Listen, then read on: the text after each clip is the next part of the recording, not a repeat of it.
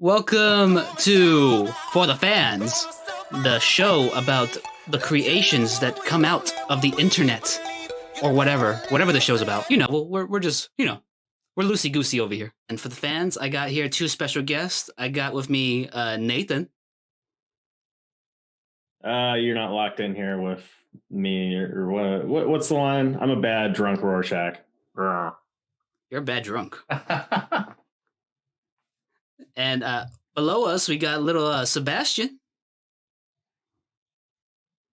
Hey, you're not acting with me. I'll look with you, or something like that. Man, when he says liberal only for tears, fans? Only for the fans. This is only fans, yeah. If I had my notes that I took on this movie shoved up my ass, you guys wouldn't see me for a few weeks. Anyways, so yeah. What are we talking about today, Doggett? What are we here for? You know, we've been doing some episodes now. Man of Steel, BVS, and, we're doing the road to Snyder Cut. So you know what the next logical step is, right? That's right, guys. We're going to talk about Watchmen, Zack Snyder's first superhero movie. Love that show. No black lead here. No, get out of here. No cultural awareness or any kind of self-awareness of any kind. Is there a black person in this movie or just in the extended cut? What? There is one. There's one black person in this movie. The psychiatrist, who's only in the extended cut. Yes. No, he's in the theoretical cut for a little bit. Was that the one I watched? Was that the one I was watching on HBO Max? Is that the extended cut? Did it have comics? Like, did it have No. Gerard Butler on a pirate boat? No. Oh, no. I kind of want to watch that now. Shit. It's super accurate. That's what I watched. The ultimate cut. The original released the first Snyder cut. To be fair, though, the whole thing about the Watchmen ultimate cut is like, there's just so much content in that graphic novel. If you read it right now, if I were to read the entire graphic novel, we'd be here for 5 hours and 30 minutes. And that's me reading at regular speed.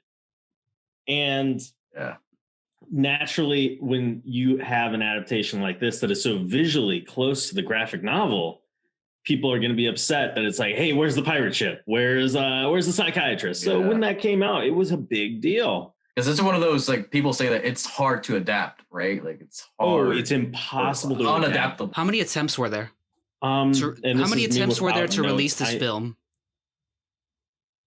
There was one shortly after the movie came out that Joel Silver was involved in. I think he's still a producer on this because that's normally how that worked. And then I know there was a Paul Greengrass one they worked on, but I think shortly before that they had a Terry Gilliam one that they were working on where Dr. Manhattan at the end of the book leaves the movie or leaves the comic book because the whole thing was going to be like an actual comic book. And Dr. Manhattan was going to be played by Robin Williams. He leaves the comic book and ends up making a movie. And then it sort of went into developmental hell, like I said, the Greengrass one. And then we got Zack Snyder, who at this point adapted 300, which was a cultural smash. Now, do you think Alan Moore would have enjoyed that movie more? Do you think Alan Moore would have enjoyed that movie more? I don't think Alan Moore enjoys anything that isn't what he already writes. Alan Moore is a crazy fucking dude. He is, isn't he? Dude, like Paul Greengrass, so he would have made that super cheeky, right? Like every scene, framing in, zoom in. I'm like, shit. It would have felt like a document. Well, that was the whole thing about it. They wanted to move this story to the 2000s, which would have been a choice. I think you could do this movie in the Trump era. I think it works. In the Trump era, yeah. But this is early 2000s, right? It's called Watchmen, the TV show. That's Watchmen in the Trump era. Right. No, but come on. Okay, but the actual comic in the 2000s, I don't know. So let me go ahead and say right now. So this movie, if I'm going to be honest, has a special place in my heart. I saw this movie when I was 13 years old. I literally saw it at the perfect age for this specific movie. It's all violent and shit. The superheroes don't give a shit. It's all edgelordy and shit. it's the pinnacle of what I would have enjoyed back then. And watching it now, I gotta admit, I was a little douche back then. But that's besides the point. What I'm getting at is the world was different when this movie was released. Like, this was before. Oh. This is right at the beginning of the MCU. Like, we weren't aware how big that was gonna get. We all thought Avengers, might fail. What's it called? They couldn't get a Justice League movie off the ground still, even then.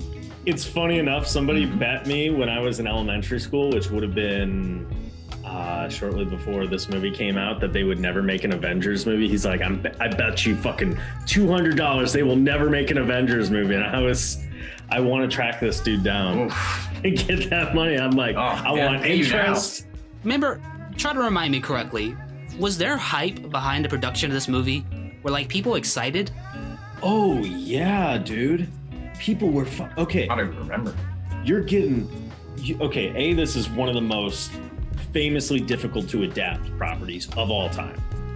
You've got the dude who made 300, which I hate 300, but a lot of people loved it. It was a cultural smash. I've read the book. That's why I hate 300. If I just watched 300 as 300, maybe I'd enjoy it. But like, that book is a fucking banger. Honestly, he just keeps adapting bangers, and I'm just like, oh, so close, but so far. And then with The Dark Knight coming out and Iron Man at the same time, there was like this, okay, so we're getting some credibility on here. Then literally March of the next year, we got an R-rated Watchmen adaptation that, all accounts, those trailers slapped. Everybody was excited. It really looked visually like the book. Oh yeah, that first trailer, I don't even remember what movie I was watching. I don't even remember what movie I was watching. That I saw when that first trailer came out. I think it was honestly The Dark Knight. It might have been The Dark Knight. It probably would have been The Dark Knight. I remember me sitting in a theater with a bucket of popcorn, some soda, and just like out of nowhere, like there's gears like coming towards me, like dun, dun, dun, dun, and it's like Smashing Pumpkins starts playing song from the Batman and Robin soundtrack. And it's like, oh shit, what's this about? And it's just all like, say what you will about Zack Snyder, I will hammer this home. Yeah, it's always blue, but his movies, they do look good. You can't take that away from him. Oh, yeah. Yes. Yeah. I'm going to just say this. At least these had color. I know a lot of people. I can say that. Well, okay, one big thing that is different about this movie versus all of Snyder's other films, save for Dawn of the Dead, is he wanted desperately to use as little green screen as possible. Like, he wanted to use it when necessary, but he really wanted to build sets. And I personally, for everything that, I have my feelings about Zack Snyder that aren't necessarily positive. I think he's a visual genius. And this movie is gorgeous. He paints with film like nobody else can. He just has this atmosphere. Yes. There is this surrealness to the fact that you literally feel like you are being brought into Watchmen. Sebastian, were you aware of this film when you were a kid? Yeah, I remember when it came out. I had no idea what Watchmen was. I didn't know it was a comic book. I was just like, okay, this looks interesting. I thought I was probably around your age as well, maybe 13, maybe 12 or something, maybe 13. And I remember watching this movie, and I don't know how it worked out for you, but for me, I found it like super slow. For a 13-year-old, I was like, this is one of people kick ass. And what the hell is this? Not entertaining, just kind of slow. The slow motion, I was like, eh. Although I remember I watched 300. When that movie came out, like that's 2007, yeah. I liked that movie when it came out because there was just pure stupid action. I'm like, hell yeah, like people roided up, sweating and shit, like fighting. I'm like, this is stupid, but I like it, like whatever. The Watchmen, I remember hating that movie. I did not watch it ever since before this review right now. And I gotta say, yeah, it's beautiful. This movie is beautifully made. I know a lot of people hate it, but I guess I'm in the minority. I really like this movie a lot. You have this comic book where your superheroes are not, your typical superheroes. That you could say Night Owl's kind of Batman, but at the end of the day, he's just like a fucking aged quarterback who didn't really win the big game and like really wants to fuck the cheerleader. You got this one dude who's supposed to be your Batman amalgam. I guess you could say both of them are to some extent. Rorschach, who is a fucking violent... Oh, yeah, it's like two Batmen. There's two Batmen in here. Two Batmen. No wonder why Zack Snyder loved it so much. But Rorschach, the character that ruined America. the thing is, he was always right-wing and conservative, and I never understood that whole backlash to it. It's like, wow, you're turning my conservative values into Nazism. I'm like, it was kind of Nazism when you read the comic book. But, you know, and then you've got like this god who can't even like, your Superman character, and he can't even perceive time or morality in any ways. It's fucking arresting. And it honestly, it was the chapter with Dr. Manhattan where he's explaining his life, which is probably the best portion of this entire movie, where he is just showing how he experiences time. And it is beautiful, it's gorgeous, and then it all comes through and you're just like, okay, well, where is this going? Where is this going? And you reach that 12th issue and the ending just, it's the point of the entire novel, and it blew me away. It honestly did. It's one of those books that every time I get it, it still blows me away. Every time I pick it up, blows me the fuck away. Yeah. So I didn't see Watchmen when it came out in March. I had not, like, I was like, this is gonna be my first R-rated movie. It wasn't that. It was Public Enemies, which is a piece of shit. So I ended up seeing it. Public Enemies? I saw Michael Mann's Public Enemies in a theater. It was the first R-rated movie I ever saw, and it was like all shot around Wisconsin, where I'm from. So like we went to like the hotels where John Dillinger shot it up, and they were just like, oh, well, we're not fixing any of these bullet holes. They're like, everybody would be like, Johnny Depp was here. I'd be like, you got any of these stories about him? They're like, oh, they wouldn't let me near Johnny Depp, but he was here. You know, that sort of deal. And, you know, I ended up watching on my computer, and for the most part, I really dug the movie up until the ending, which we will get into. But yeah, let me go ahead. This is such a dense property. I don't even know where to start. Well, let me go ahead and give a quick summary of the entire film in like hopefully 30 minutes or less. What? So, okay, obviously the movie starts off. Okay. The movie starts off with the comedian chilling. He's old, but you know it's still Jeffrey Dean Morgan, so he like built like a linebacker. Hell yeah. You know, just chilling, smoking a cigar. Sexy as fuck. Sexy as hell in this movie. Like, goddamn. And then out of nowhere, really bad old age makeup. Can we address this right quick? Oh, makeup in this movie is ass. Yes. Yeah. Yeah. All this movie, like Nixon looks terrible. It's pretty bad. Nixon looks ridiculous. Carla Gugino, you're just like, oh my god. Okay, who looks worse, Nixon or the CG in Rogue One? Nixon. The CG in Rogue One. Like, yeah. Nixon. Okay, let me go. Okay, so we got the comedian, you know, being a piece of shit in his high tower, and out of fucking nowhere, 2020 comes crashing through his fucking door. It's like, I remember all the shit you did, motherfucker, and it tosses him out a window. Enter Rorschach, one of the most controversial characters probably in nerdism, right? Yeah. Who's investigating his death. To do that, he's gotta ask some questions from his former superhero allies. And in there, we get to meet Dr. Manhattan, who, you know, as what Nathan says, is one of the only members of this superhero team who has superpowers. Like, probably, basically a god. Just, he has the Philosopher's Stone. I'll just say that much. He is a Philosopher's Stone. Wait. Can we backtrack a little bit just to talk about some of the performances by some of these people? Because we got Jack. Yeah. So you had Rorschach, as you said, one of the most controversial characters. Jackie Earle Haley is fucking incredible in this movie. Who's the best performance? Jackie Earle Haley? Okay.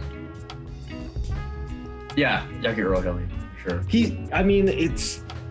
It elevates the book. He does better than the voice, the fucking, even his speech. I know everybody's like, oh man, I really hate the fucking Batman growl that he does. It works for that. I mean, literally, if you look at the comic book, every speech bubble is growly, so it's like it makes sense to me. Honestly, I think he was robbed a Best Supporting Actor nomination for this. I think honestly, like when they had to figure out how to do a Watchmen, is he a supporting actor or is he the main character? That's a tough one. I think it would probably be a main character performance. I can't think of who you're supporting with. Yeah, you're not wrong. Yeah, no. True. It is, honestly. I mean, sometimes he's literally on the sidelines watching the action, like, and he's stalking people, investigating his.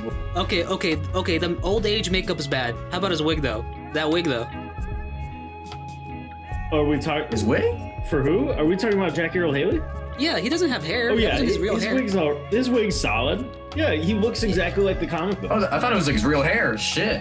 No, he's bald. Nah, all the money went to Rorschach. You think coats look that good? No, that was special made. Oh yeah. Hell yeah! How do you even make that mask work? I don't know. CGI, but it's perfect. Like that is. That's the original. That's the original Deadpool eyes. You know. Yeah. Yeah. But I wonder, like, his character, like, how did he make that mask move? Because he got it from he was a fashion designer, wasn't he? Like he worked at a tailor of some kind, and there's a woman who ordered a dress. I'm trying to remember. Yeah, it was like he worked for a fashion line. They had some particles. It was like a dye that could constantly change. So if you wanted to wear like the same shirt, that's at least what I remember it being from the book. Which, you know, they didn't need to get into all that. Because they didn't say it in the movie. In the movie, they didn't explain it at all. Yeah, but, you know, like in a movie where you not. got a blue guy who multiplies himself in the first scene you see him, and you're like, okay, well, I can give some liberties to the mask that moves. But one of the things I think you said the problematic nature of the character, Doggett. What we need to address is like... That's the point. It's the point that he's problematic. I won't say... It is the point that he's problematic, but some people who will probably listen to this the second that it's shared on my Facebook, who have been like, man, I hated that Watchmen TV show because it made me feel bad for liking Rorschach. You should feel bad. You should feel really bad for liking Rorschach. You should, like, he is maybe your one decent person to some extent in this movie and in the book, but you should feel bad. He is a piece of shit deep down. I think he's an incredible character, and yeah, he is fucked up, but at the same time, you know, comedian's a piece of shit, but if that's your team member, I guess it's kind of, it's the policy that you have to figure out who murdered him. Well, it's what's interesting about his character is that at the end of the day, he is true to his morals.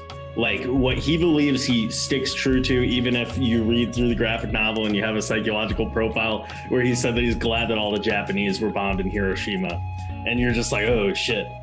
But yeah. Proceed on to Dr. Manhattan. Is it wrong to, like... Sorry. No, is it wrong to like Rorschach? Because I thought he was, like, the most decent person. I mean, he kills people terribly, for sure. But he's, like, the most noble person for, like, hey, I want to...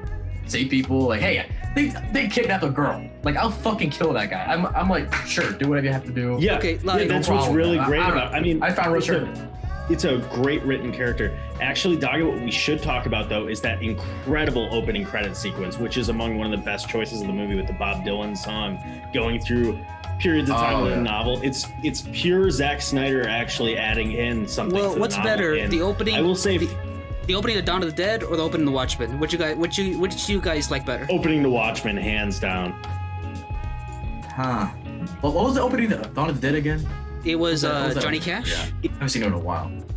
Yeah, it's it isn't when is it when the man? It's another montage, right? Yeah. Wait, was Johnny Cash? I think just by the nature of you being like, what's the opening to Dawn of the Dead? I think you just answered your question there. It is haunting. I love Dawn of the Dead. I think it's his best movie. Oh yeah, it's great. It honestly is really great. I think the issue with his bad movies, like Batman v Superman, I think it's the writing. I think when you give him a good script, he can work with it. I mean, he might input his own style, like, hey, let's make this a little bit stylized. Let's put this Jesus imagery in here. Let's put this other imagery in here. But I think when you get like good script, like Dawn of the Dead, that shit was pretty good. James Gunn, I think, wrote that movie. Yeah, he did. He could do a good movie. He could do a solid movies. What is done throughout this script, which is written by it's Zack Snyder, and then it's David Hayter, who is the voice of Snake in Metal Gear Solid, and he also wrote he wrote X-Men 2, X-Men United. He's like a big screenwriter at times, but he has like a really great narrative shorthand where there are these entire like portions of dialogue in the book. I'm gonna go over this because I said there are these entire portions of dialogue in the book that are long, drawn out, that he will oversimplify to one line, like Rorschach's therapy session, when they talk about how the child killing affected him. He just says, And I wrote this down. If God saw what any of us did that night, he didn't mind. Back to the summary. Okay. So then, Rorschach goes to visit the man god, Dr. Manhattan, who's having, some marital issues. After basically accusing him of possibly killing him, he sends Rorschach the fuck out of his lab and, has to basically tells his wife, yeah, you're probably gonna cheat on me. But, he doesn't say it like that. He's like, you will cheat on me. Well, does he care, though? Does he care? He does care. But it's like, weird. He does care, but he cares at a different moment. That's what's so weird, because his whole mind is divided and scrambled in time. He experiences moments different than all of us. Like when she says, like, so if you know I'm going to cheat on you, he's like, you bitch, you just cheated on me? Like he immediately sort of has like that reaction to it. It's so great. And I think Billy Crudup actually really nails this performance. My biggest gripe about Dr. Manhattan, though, outside of the special effects looking a little wonky when it's in like a wide shot, my dude, like I was giving Snyder credit for like showing the cock like full out for a lot of scenes, because the book did that. I'm like, I'm glad they didn't like fucking Austin Powers that shit, just block it off. Oh yeah, put a shadow.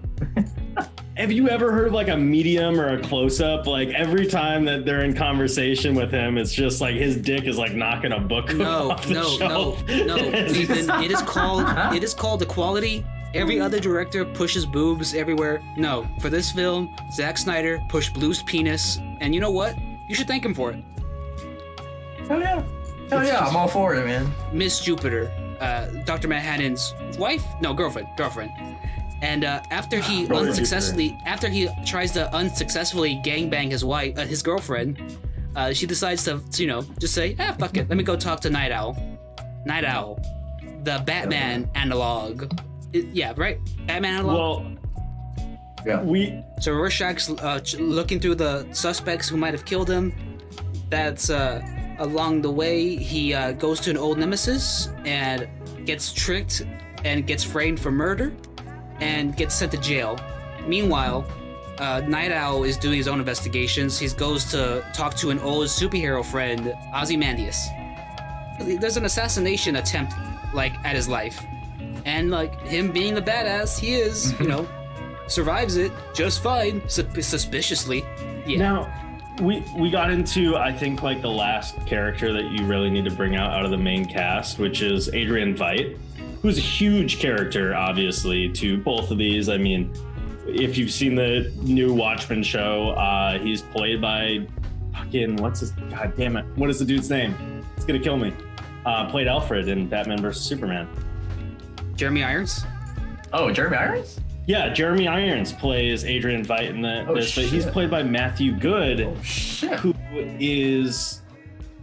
I feel like a lot of people give him a hard time. I think he actually adds a lot of humanity to this character, because when you read the book, he kind of comes off like that douchey college professor who's really preaching at you, but you feel his humanity, but he's also kind of fucking crazy.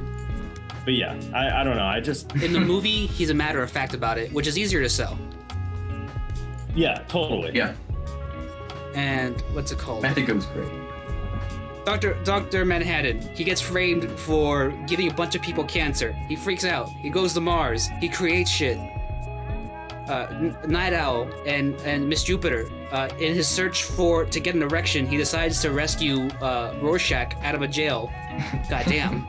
Just back when Blue Chew didn't exist, this is what people had to do to just to get it up. They break him out of jail. Can we talk about that sex scene though?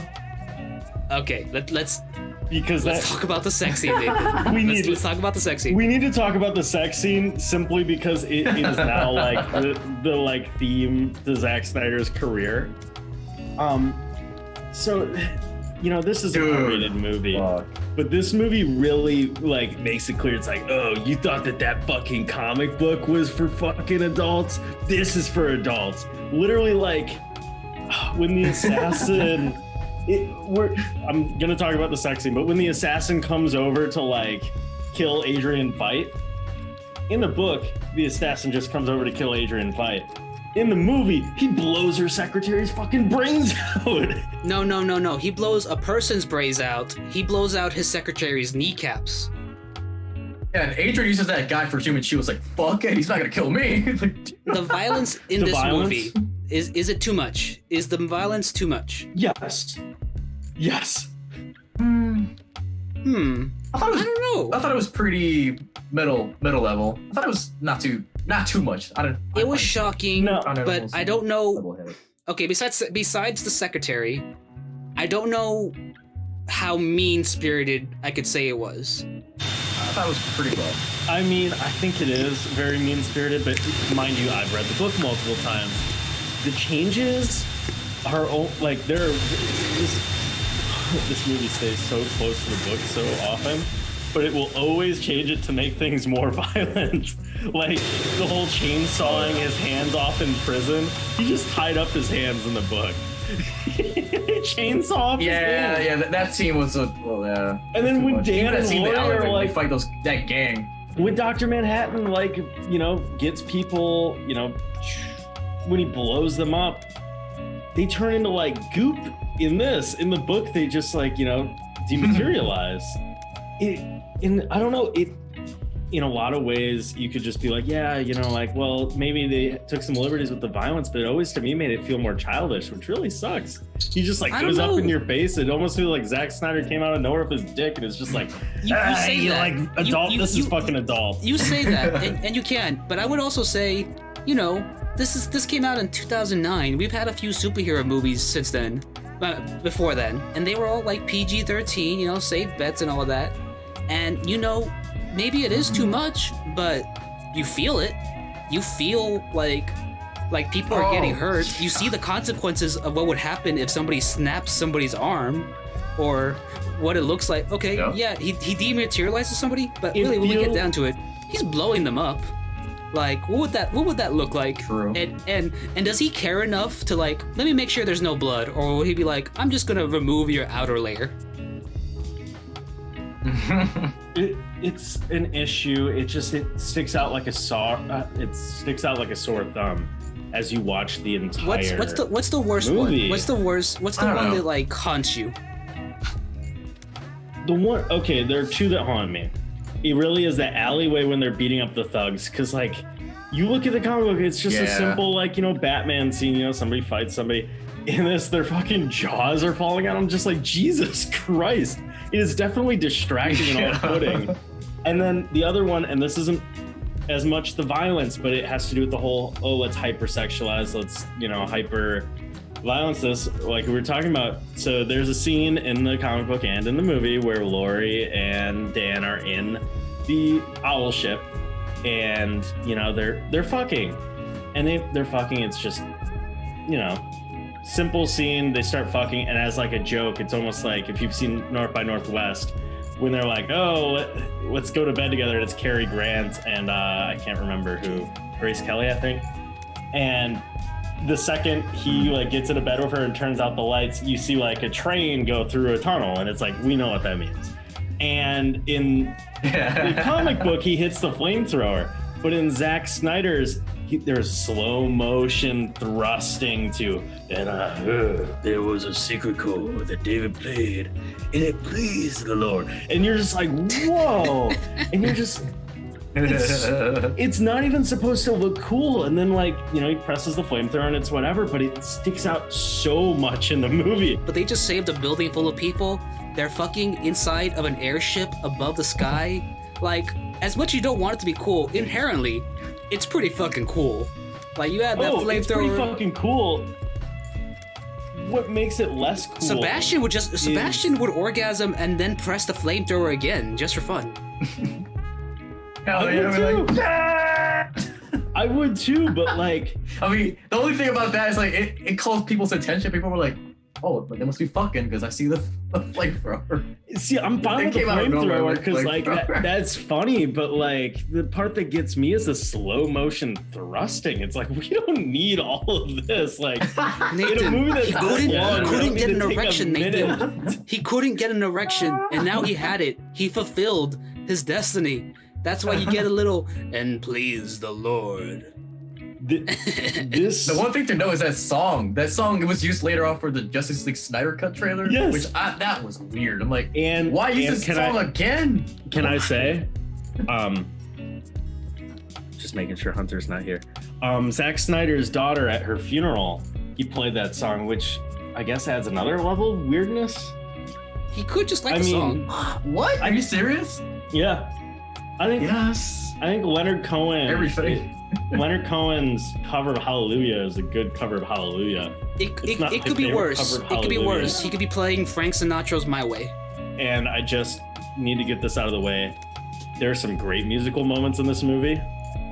I think all along the Watchtower coming over there, and there's some weird shit like the Hallelujah. And the Hallelujah is the weirdest What was the song of all at the time. funeral? The song. Oh shit. Oh, it was the sounds of silence. In restless dreams I walk alone. Oh yeah. Yeah, like some of them are so on the nose. Like Ozymandias near all the computers. It's everybody wants to rule the world, and I'm just like, huh? Oh no! Can we talk about that scene when he's looking at the TV screens, like the use of the footage that they use? Like, couldn't be more on the nose that the end of the world's coming. Like, he's watching Mad Max, he's watching Doctor Strangelove. I'm like, dude, I get it. The world is coming to an end. I know what you're doing here. I mean, I was gonna say, it was pretty weird when the comedian jumped off the airship and like they started playing Jungle Boogie, Jungle Boogie. Yeah, I mean, the use of the music almost was on the level of Suicide Squad, where there was like music videos. It didn't get to that point, but it was getting to me. I was like, yeah, at least there was some space in between the songs. I'm like, okay, it's natural. It flows a little bit well. Suicide Squad. Wow. What I really found to be strange was the okay, so you've got a lot of great musical moments, I will say, in this movie. The one that really stands out to me is they use Philip Glass's Kayona Squatsi soundtrack when they showed Dr. Manhattan, like that whole, you know, yeah, that shit. Like when you hear that, you're just like, oh Loved yeah, like I know what's going on here. But there's like no score to this movie, and when there is a score, it's like a really bad score. Like, for as great as all the production value is on this movie, they got the most generic ass score that like comes in for like a second. It's like y'all into that, and it's like no. I mean, if you were doing the score and you're working alongside Zack Snyder, would you do that much effort if like every 5 minutes you see him messing with his iPod, like choosing the next song he's about to play for a scene? Yeah, but Doggett, is there even a composer in this movie? The last two movies you talked about, you got Hans Zimmer and Junkie XL, and he milks out their score. Like, I should bring this up. It might be depressing as fuck. There is a score to the graphic novel. As the graphic novel goes on, it adds a ton of songs, and a lot of them overlap. I mean, there's a lot of... I mean, it's not like score heavy, but they will like tell you what song to almost listen to as you're reading the novel. I did it one time, and it actually works perfectly. They like the first use of Unforgettable, which is really good, actually comes at a later scene, and it is supposed to be the owl ship sex scene. So they're playing Unforgettable. That's how you are, which is a lot better than. And I heard there was a secret chord. I don't know. It stands out to me. I'm like, the song choices are there, Zack Snyder, and you already cleared the license for the song. Why are you just changing it there? I wanted to ask you guys, like, what do you guys think of the action in this movie? Because this is the last Zack Snyder movie where he uses the slow-mo, fast cut, slow-mo, fast cut. This is the last one he's using that. Unless Snyder Cut, he'll do that. But no. The last one was Owl's Hole, but for his live action stuff, yeah, it was like his swan song of like slow motion. Like every single kick ends with it's like. Yeah, that's what really took me out of it, because like you'll have these emotional moments. It's like, what are you doing? And then they get into a fight scene and it's speed ramped, and then you hear just and I'm like, there's a lot of floaty kicks, a lot of floaty, right? A lot of wire work. People floating. So in this movie, all these superheroes have superpowers, right? Because they're punching through cement. Yeah, that's what I'm thinking. They're snapping bones like yeah, twigs. that's what I'm really. They're basically the boys from the comic. I think it works it works for Ozymandias, but for every other character, it kind of falls flat for me. Because Ozymandias is supposed to be like perfect human specimen. So you're just like, okay, so he's able to fight really well. Oddly enough, they, speaking of my other podcast, they wanted Tom Cruise to play Adrian Veidt, which now that I think about it, that probably would have been an interesting choice. Anyways, so they break out Rorschach out of jail, and Dr. Manhattan takes Lori to Mars to discuss like her origin story, and there we get to find out that the comedian's a real piece of shit, and that he turns out he nearly assaulted he assaulted her mother and was just like Raped her. He nearly raped her. Nearly raped her. Oh yeah, wait, he did nearly rape her, and then he ended up having sex with her afterwards. Yeah, that is true. We find out like he's her real.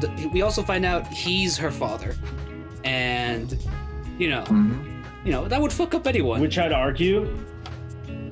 would argue, if you have any actress other than Malin Ackerman, that scene sings. That scene is beautiful. You get anybody else, like fucking Rachel McAdams, somebody who could emote.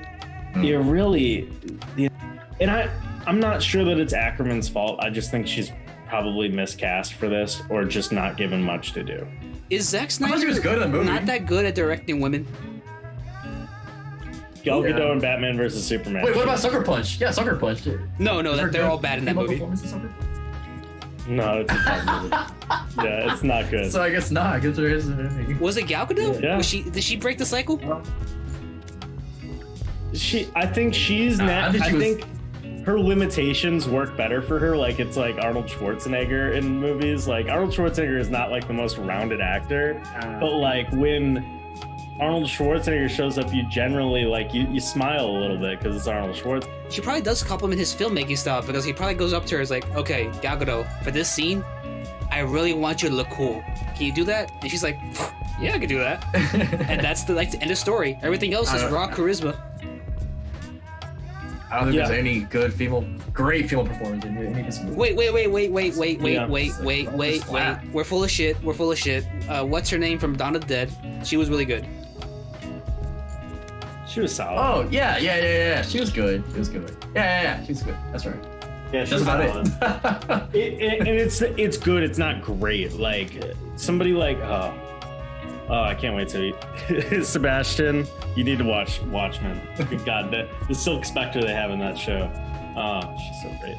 Anyways, okay. I actually do have to say, since I watched the longer cut, all throughout this movie we are getting segments of this anime sequence that is a big part of the novel, where they're constantly going to this story about a pirate, the Tale of the Black Freighter, and it has Gerard Butler. His ship is sunk, and he is basically taking all of these dead bodies of all of his comrades and making a ship out of it to go back to the mainland and kill these pirates before they rape and pillage his entire land. Oh yeah.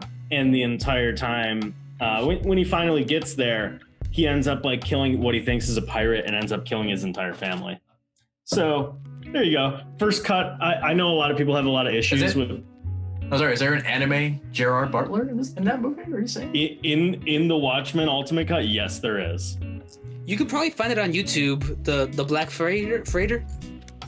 Yeah, Tales of the Black Freighter. I would argue do not watch the YouTube version. Don't watch like the full thing as it is. It's better if it's put in from time to time, because altogether it's not a good short. Okay. But like narratively, where the movie's going, it works well. I like the cool Easter egg about the two guys in the first cut. That was kind of cool. Are you talking about the comic book stand? Or the newspaper stand? Yeah, the kid who's reading it and the newspaper guy. Yeah, they were like in one scene in the original cut. It's like, oh, that's cool. It comes off as an Easter egg, but they actually have like full lines of dialogue, and it helps flesh them out. Doggett, I'm sorry, we're going. You know what? I will argue for him for this one thing. Actually, yeah, giving those characters dialogue is actually kind of. It does mean something. You know, you got this young kid and this old newspaper guy, and they're just always around each other. Mm-hmm. You know, that they're probably each other's best friends, and like the moments before they die, what's the last thing they do? They hold on to each other. Yeah, you see that in the movie too. That's kind of powerful to me. It's it's a beautiful thing, and it's a beautiful thing that the novel does, but the ending is a whole other can of worms that we'll get into. And Yes, okay. Meanwhile, Night Owl and Rorschach pretty much figure out, wait a minute, is the rich guy the evil one? So they go investigate him, and turns out, oh yeah, man, the billionaire turns out completely evil. We should go stop him. And he swiftly beats the shit out of them. And even after he beats the shit out of them, he's like, by the way, after I whooped you guys' asses, I had already pressed the go button like 30 minutes ago. And now we can get to the controversial part that Nathan wants to talk about. Yes. I know you probably think squid, right? Yeah, so hentai. Yeah, the hentai ending. So basically, in the novel, the dude who actually wrote the Black Freighter designs this artwork of this squid and is like designing it for not for Rorschach, for Ozymandias. And you know how he has that like weird cat thing that follows him, Bubastis? Yeah. That thing is like a creation that he made himself. He creates this giant squid that lands in the middle of Manhattan and creates this like psychic link that has all these 15 million people just in absolute horror and panic before they die. And the world responds and says, you know, okay, we all need to bond together because there's some alien threat out there that we need to stop. And it's Ozymandias' whole reason for saying like, hey, the only way we can save the world is to get everybody to bond together. It's not going to happen if we just stop like, you know, nickel and dime criminals every day, or even like your occasional supervillain. The only way to truly make change is out of pure horror and a lot of death. And that's half the reason for the Black Freighter comic. In the comic, where you're seeing basically this man take all these dead bodies and do unspeakable things to try and stop the end of his city. And in the movie, they decide to go for Dr. Manhattan being the main threat. It's a false flag attack where Dr. Manhattan destroys the world. Or not destroys the world, sorry. Destroys Manhattan, kills 15 million people. On paper, you're just like, okay, that works as an ending for a movie. To me, the problem with this ending is that there's no person to blame if Dr. Manhattan destroys Manhattan or New York, but the US. Like, he's literally the US's person. Like, nobody's gonna be like, okay, so we must all bond against Dr. Manhattan. It's like, no, that's your guy. He fucked up your shit. Like,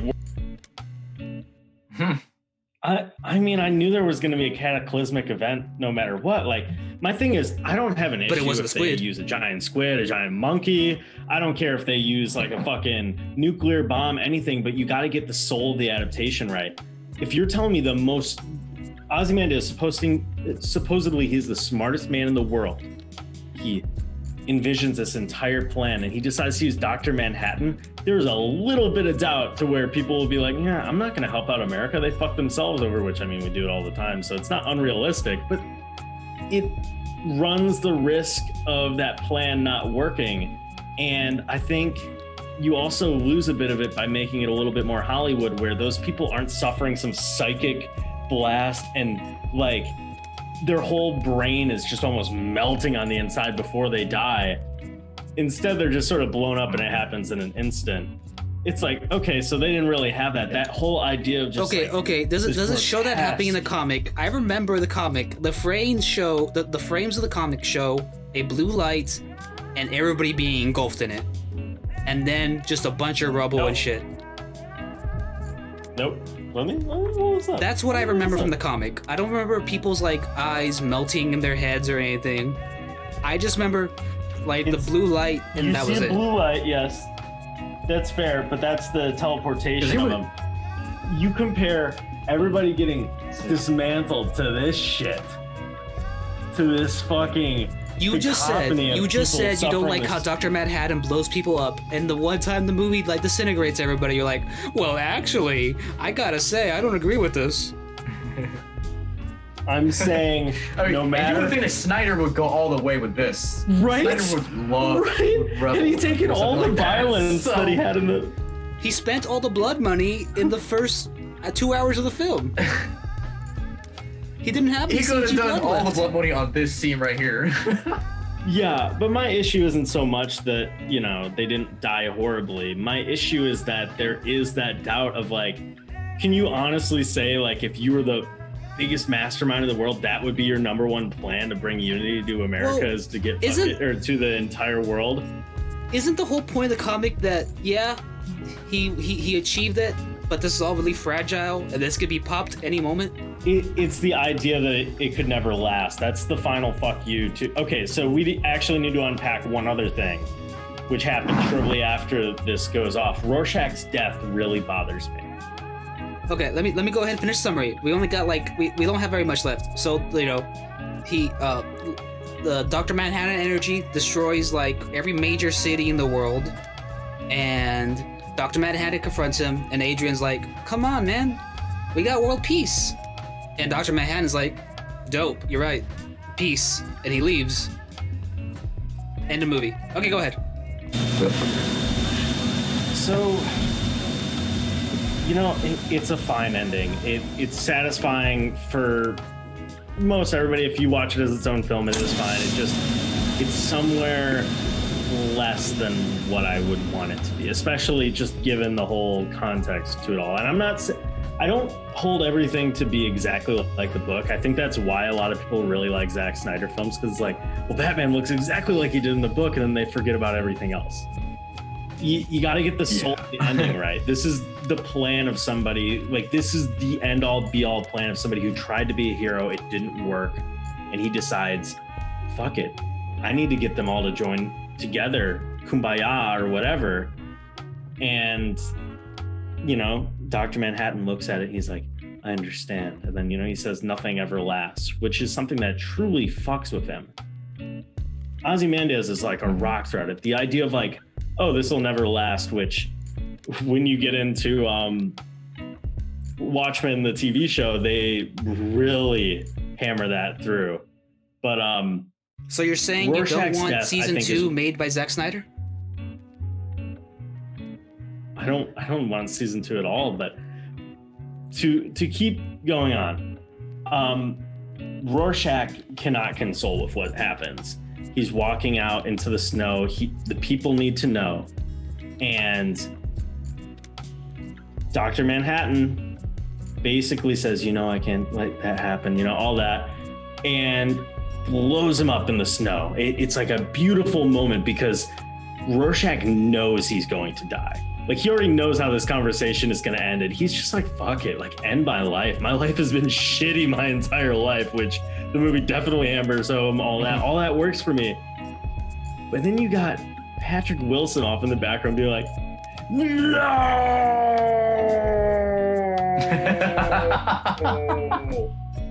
And it's like, what? Why? He does nothing with that information. He's just there to scream no. It's so stupid to me. Him dying fucking straight out in the snow is the perfect period on that scene. The idea that Dan is just like, okay, well, he died. It's whatever. You know, I would never be able to console with that. Like, Dr. Manhattan in the book, Dan ends up deciding to basically fuck Lori in this pool because the world's over, and he's like, we need to have this emotional connection. It's his happy ending that he fucks her in this pool. All the meanwhile, Rorschach gets his fucked up ending, and Dr. Manhattan decides he's going to leave the world, and he leaves them together in the arms of another man, or leaves her together in the arms of another man. And he talks to Veidt, and then he leaves, and it's so cold, disconnected, and totally works. Instead, it becomes more like, oh yeah, I'm down with you guys being together. Now I'm going to leave and play God somewhere else, which, you know, everybody ends up in the same place. Like, if you look at the chess game, it's kind of the same, but the moves aren't in the right, not in the right way, but they're not in a way that is satisfying, personally, for me. But also, I love the book. I read it every 5 years. What did you think about everything Nathan just said? What did you think of Nathan's monologue? I mean, I can see him comparing. I can see the issue because some parts do sound better from the book than in the movie.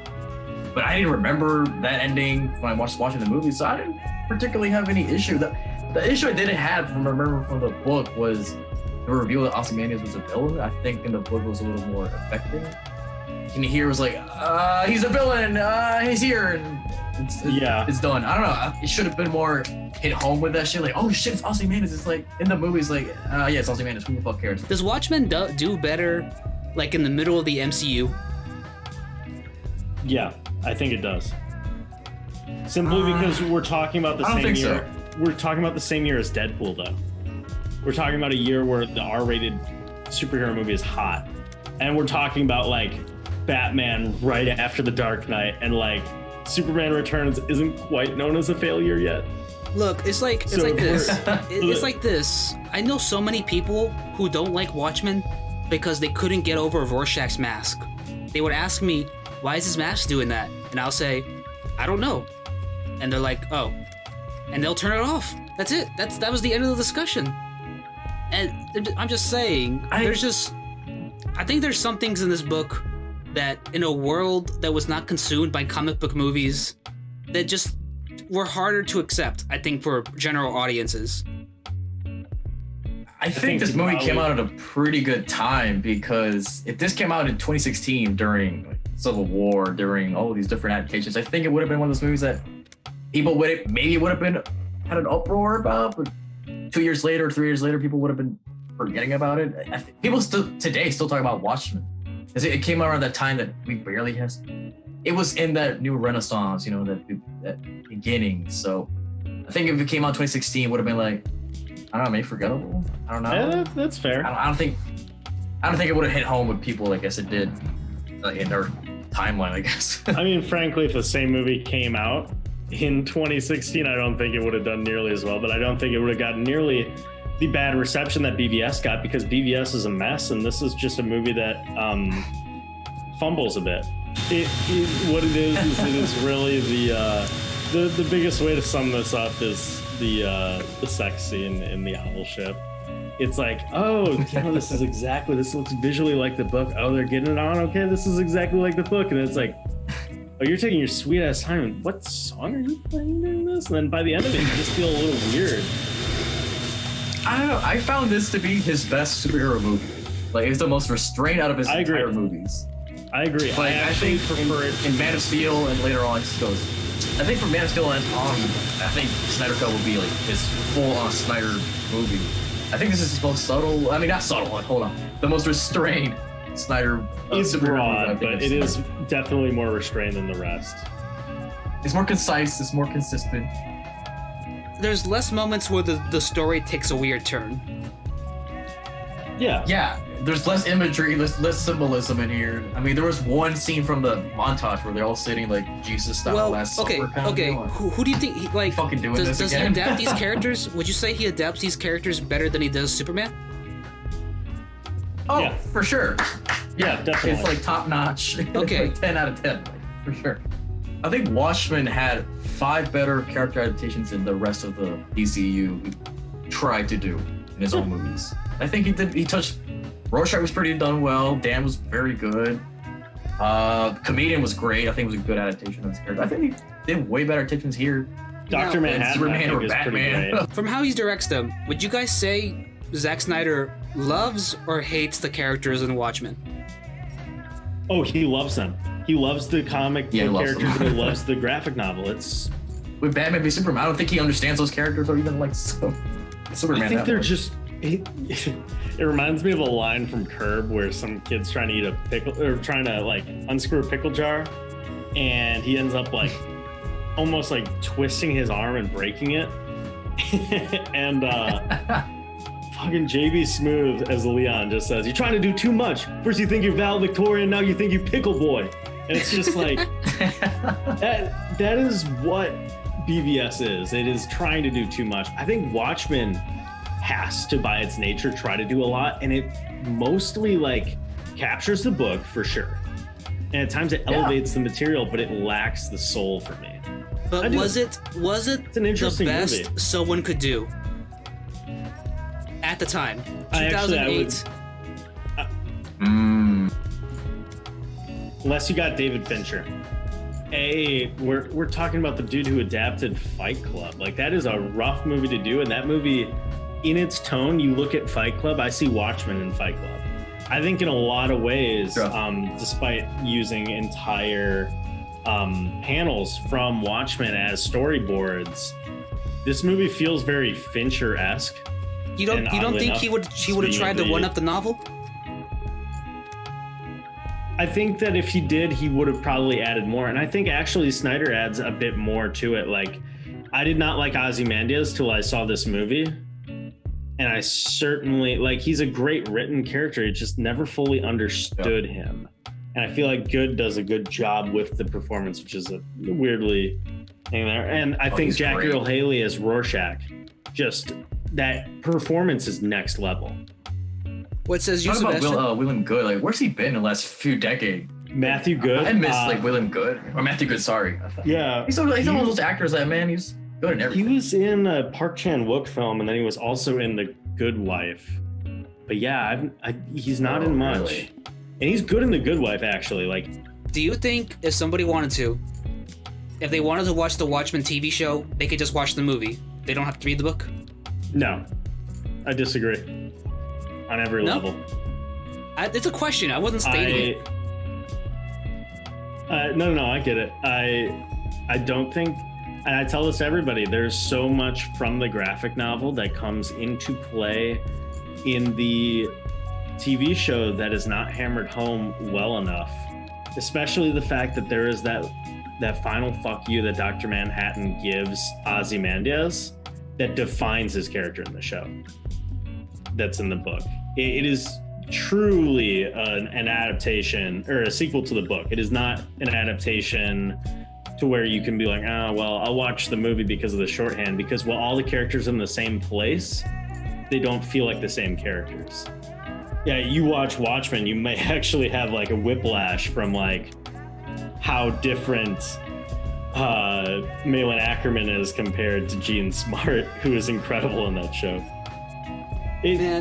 People always said the American Hero story was making fun of Zack Snyder. I always disagreed. I always thought they were making fun of, like, modern TV at that point. Ryan Murphy. There are elements of it, but yeah. Fun thing to just sort of point out, Damon Lindelof calls this the greatest piece of popular fiction ever produced. What about you, Sebastian? This is a lost co-creator. What about you, Sebastian? Before you watch the series, are you going to read the book, or are you good with this? I'm actually, because I did read the book, but that was maybe 2 years ago when I read it. I'm actually, after this, I'm going to start watching the show. I do remember some details. I don't remember the whole ending. So hopefully I don't get lost during the show, but I don't know, maybe for new people, like maybe they should read the book, maybe, but I don't know. I haven't seen the show, so I can't confirm if it's necessarily do you have to read the book or not, but I guess I'll find out later. I think the show takes so many like small details from the book that are only in the book, that like there's a lot of room for speculation without me spoiling any of the show, that the book leaves open for you that the movie does not. Like, the movie is just like, all right, here's what it is. That's really like, the movie is just like, here are the facts, plain and simple. Like, there's no like narrative speculation of how things will go. Like, even at the end of the movie, when that Rorschach journal ends up over there, they play like an uplifting song, like the world's gonna be better. And in the novel, it's just like, he left that book there, and he left it with a conservative magazine, and we're not sure what the fuck's going to happen, but the way how they handle it in the show is incredible. But everybody watch Damon Lindelof's Watchmen and read the book. We are I'm at excited. 80 minutes, so let's go ahead and wrap this up. Let me go ahead and get y'all's ratings. Now, Sebastian, for this show, my rating system is a little bit off. So for here, I want you guys to tell me what dark 2000s movie you enjoyed better than this, directly better than this, and one you enjoyed directly worse than this. Go. Dark 2000s movie. A dark 2000s movie. I say that so you don't say. Okay. Also, Dark Knight's out of the table. I say that so you can't say Iron Man, and you don't say any Spider-Man movies. Zodiac is better than this. Dark superhero movies. Dark superhero movies. Okay. Oh, shit. I mean, you understand the 2000s was kind of like a dumping ground. Like there are a lot of dark superhero movies, but they're coming after. All these complaints. Surely you have one you like more. Dark superhero movies. Kick-Ass was 2010, so that doesn't count. But shit. I was gonna say Kick-Ass. Right? Yeah. Let me pull up superhero movies from the 2010s. Go ahead. Yeah. Go ahead. You guys aren't gonna say the Spirit. You don't like the Spirit more. Movies. Well, you know what? Okay, you know what? Let me turn this around. Shit. Let me repeat this. The 2000s dark comic book movies, not superhero movies. Dark comic book movies. Oh, okay. Let me see. Let me try to look it up. I got you. I think Unbreakable is a better movie than this. It came out in the 2000s. Yeah, Unbreakable 2000, right? 2000 on the dot. I think worse than this. If we're talking about dark superhero movies, I think X-Men: The Last Stand is a worse movie than this. Damn. Let me see. Dude, you got like two left. That's a lot of garbage in here. Right? There's a lot of garbage in this. Okay, I'm gonna give you a few. Constantine, Blade 2, Batman Begins. Stop taking his answers, Nathan. I'll go ahead and go. So what I'm not taking his answers. I'm just. Yeah, you go ahead. What do I enjoy more than Watchmen? Don't tell anyone. I enjoy Sin City more.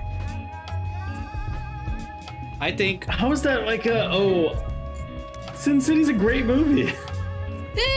I look at it like a guilty pleasure, actually. I don't know how good. I know it's beautiful. I don't know how like good it is, but I enjoy it more.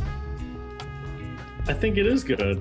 And I enjoy it more than Watchmen. I'm just saying, as far as dark comic book adaptations, like in the 2000s, I really enjoyed Sin City. And what did I enjoy less than this?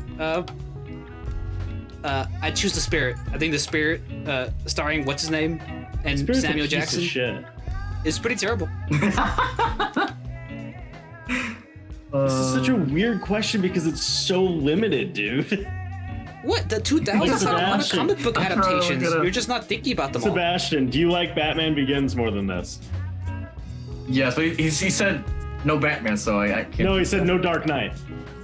Ooh. Oh, well, easy. Batman Begins is better than this movie, but this movie's better than Hancock and actually a little bit of Hellboy. To say right there, I think it's a little bit better than Hellboy. Ooh, that's shit! You like this better than Hellboy? Yeah. Hellboy's kind of boring a little bit. I like Hellboy's fine.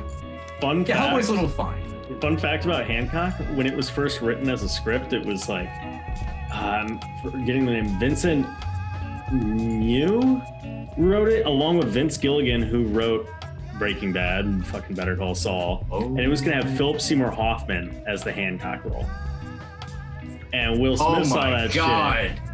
Will Smith saw that shit and was like, nah, fuck that. What we're going to do right now is we're going to take this script that I have of gods who are separated by time and space, and we're going to put that onto the back half of this really dark drama. Wow. Imagine if Philip Seymour Hoffman is Hancock. That would have been a completely different movie. Oh yeah, we'd be talking about that today. I wish I was on that timeline. Right? Damn, I wish I was on that timeline. Probably no COVID too. Anyways, Daga. Okay.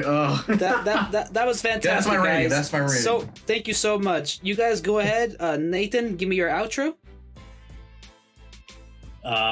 Where can you guys find me on the interwebs? You can find me on Twitter at Nathan Flynn. You can find me on oneofus.net where I do a ton of movie reviews, but you can mainly find me on Mission Impodible where we cover the TV shows, the movies, and everything in between of Mission Impossible in a comedic light. We're like archaeologists. You can find that anywhere where you get podcasts, Spotify, iTunes, and on our Twitter account at Impodible, IMPODIBLE.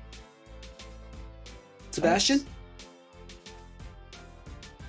All right. You can find me on Facebook at Sebastian Productions, on Instagram, Sebastian_Productions. And you can also find my YouTube channel, Hablano Shet, where I do a lot of different content, like like this stuff or music stuff or whatever comes to my mind. Stay tuned for that because there's a video I did with Danny Dog a while ago, but it's coming out pretty soon. I'll trust you. It'll be fun. It's comic related. We fight each other. It's fun. It's almost out. Yeah. We fight each other to the grip. What's the deal here? Yeah, we're both writing Sybians. Wait, what is it? I said. Oh yeah. We fight each other. It's fun. It'll be fun. You guys I mean, this entire time, Dog, it's looked like there's been a hand up your ass. So I was wondering, like, are people going to see the other side of this? I'm sure you've never heard that before. It's so funny. The 50th look at my time. blog or Cinemascope Film Reviews. Sorry. And check out my OnlyFans. No, finish your things, Sebastian. My OnlyFans as well. Oh yeah, you can also look my blog at Cinemascope Film Reviews. I do a lot of film discussions and a lot of film reviews that I write down there, so you can check that out. Now, why'd you get so quiet when you said that? Also, I do some other stuff. I do some blogs. You know, you guys should check that out. That's it. Yeah, it's like, yeah. Anyways, if you want to. Everybody, y'all know who's where your to find favorite me. Inspector Gadget? I'm on this channel. I'm on oneofus.net. I'm on Mission Impodible. I'm out there. I'm on Sebastian's stuff if he ever releases it. You know, it's a good time. Y'all should come visit. He's also on an FBI watch list. And with that all being said, good night, everyone. Good night.